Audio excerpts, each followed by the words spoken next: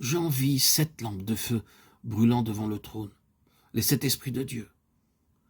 Il nous parle de l'œuvre parfaite du Saint-Esprit. Dans Romains au chapitre 8, nous lisons les 7 aspects du Saint-Esprit. Il habite le croyant, verset 9, il vivifie, verset 11, il conduit, verset 14. Il devient en nous le gage de la filiation lorsque nous pouvons appeler Dieu notre Père, verset 15.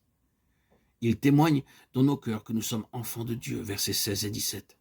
Il intercède pour nous selon la volonté de Dieu, verset 27, et il vient en aide à nos infirmités, nous donnant puissance pour vaincre chaque faiblesse et devenir plus que vainqueur par celui qui nous aime, versets 26 et 27.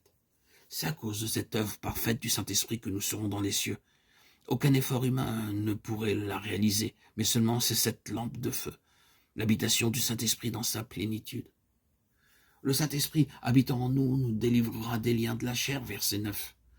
La conduite du Saint-Esprit vaincra la mortalité et la corruption, verset 11. Le Saint-Esprit de Dieu nous conduit jour après jour. L'esprit d'adoption enlève chaque crainte et nous donne journellement un amour plus profond et une connaissance de Dieu, versets 14 et 15. Le témoignage de l'Esprit nous aide à réaliser le plan de Dieu établi pour nous comme ses enfants et ses héritiers, versets 16 et 17. L'Esprit d'intercession nous apprend à prier selon la volonté de Dieu, verset 27. Et finalement, le Consolateur nous conduit de victoire en victoire jusqu'à ce que nous soyons assis avec Christ sur son trône céleste, versets 26 et 27. Derrière le trône, Jean vit l'arc-en-ciel aux 7 couleurs. Devant le trône, il voyait les 7 lampes de feu. Derrière nous est l'alliance de Dieu. En nous est le Saint-Esprit qui œuvre. C'est pourquoi Dieu a fait une pleine provision pour son Église. Jean vit aussi 24 trônes et 24 anciens.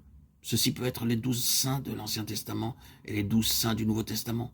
Et il nous est dit que ceux de l'Ancien et ceux du Nouveau Testament seront parfaits ensemble. Dans Hébreux chapitre 11, il nous a donné la liste des saints du Nouveau Testament. Et alors, il nous est dit qu'ils ne peuvent pas parvenir à la perfection sans nous. Hébreux 11, 40. Nous voyons aussi 24 trônes, 12 d'un côté, le trône au centre et 12 de l'autre. Et sur les trônes, 24 anciens avec des couronnes d'or. Maintenant, la couronne ne peut pas être portée par ceux qui sont défaits, mais seulement par ceux qui ont enduré, conquis et vaincu. Jacques 1, 12, 1 Corinthiens 9, 25.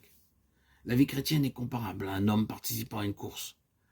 Ceux qui y participent doivent être soigneux dans leur alimentation. Ils prennent beaucoup de lait, de la crème, du sucre.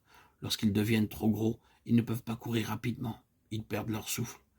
Si vous êtes déterminé à gagner la course, vous devez être sobre et vous entraîner régulièrement chaque jour. Seuls ceux qui le veulent gagneront la couronne. De la même manière, nous devons aussi être vigilants, appliqués, fidèles, afin d'obtenir la couronne.